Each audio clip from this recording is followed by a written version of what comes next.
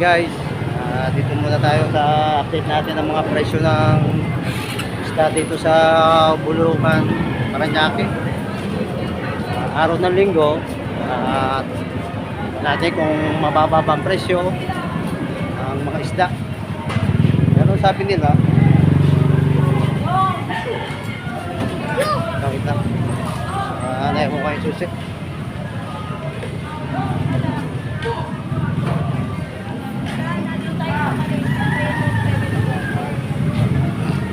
Tayo sa loob. Kasi ito isang araw, mura isda eh. Dito ako bumili.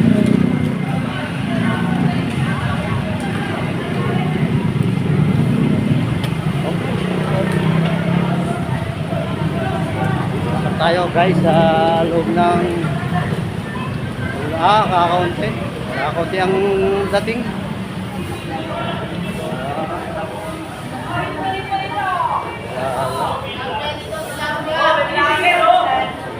Wala.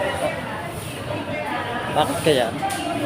Konti ang dating isda. Oy, lapo-lapo, tapos nito ng lager. Kaya to.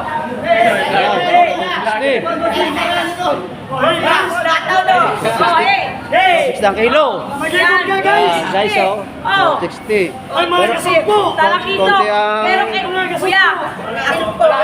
Kuya. Magkano kilo? Kuya. Oy. In-inform ko lang sa'yo. Oh. Pag nagtatanong, nagbablog dito, bibili kayo. Siyempre naman. Yan na. Siyempre, vlog muna tayo. Meron ka nga gusto mo, pero bibili ka. 200 Kuya, ang kilo. sinabi isang kilo ha. Steady ka lang dyan. 260, talaki ito. 400 ang kilo. Siguro, pwede na ito sa 350. Yan. 450 yan. 400. 400? Baka may gusto ko isawang kaibigan. Mga kasumpo natin dyan. Ito, sukay ko ito eh. Nung isang araw bibili ako sa'yo, hindi kita binalag. Ngayon ko ito ibablog. Hello guys.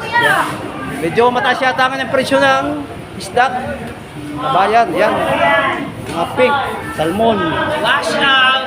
Welcome to my guys. Yes. Welcome to my guys. Hi guys, welcome to my channel. Kakunti ang dating na isda, no? Kunti lang dating, ano? Hindi na ubos na lahat. Maagang Maraming isda. Wash out. maagang, Kasi dati pag nadaan ko dito, linggo. Binta ngayon eh. Ayun.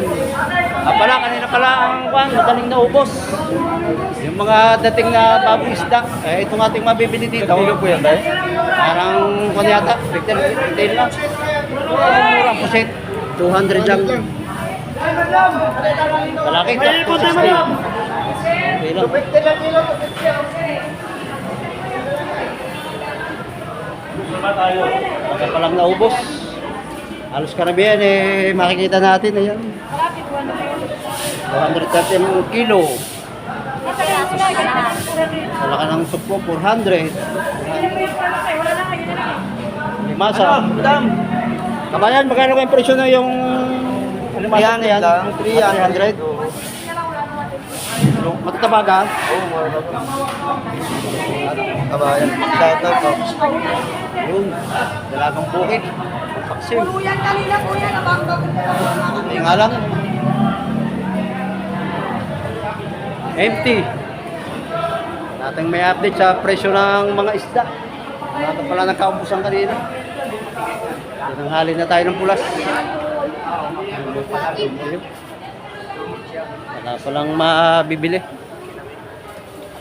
Dito lang muna tayo sa ginagawang improvement ng Bulungan Paranaque. Dito yung baksakan eh. Dito. Ito yung bagong kunduhan ng mga bangka. High tide.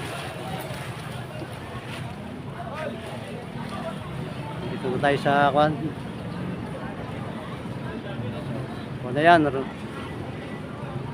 makapagal na yan. Ang lapas yung MOA. Ang dami dito mga dinidevelop.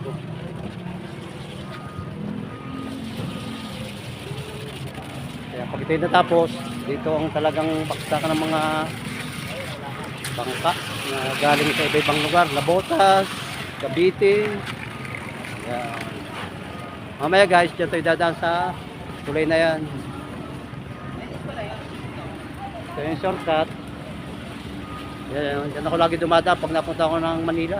Kasi ang labas yan, doon na sa may ICC, doon sa harap ng Central Bank. Via Makapagal. Gamay na natin yung way na yan. Ito yung bagong LRT, nag-operate yata o nag-test drive na isang araw. Laran 2, Bacoor. Puro empty box na lang pala nandito. Meron kaninang isda. Yan. Nakaubusan.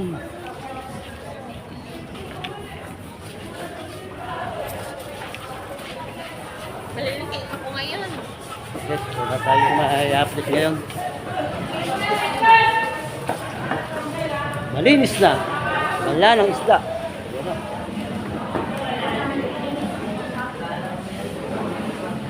Ito, pang retail na lang pala itong mga binibenta dito.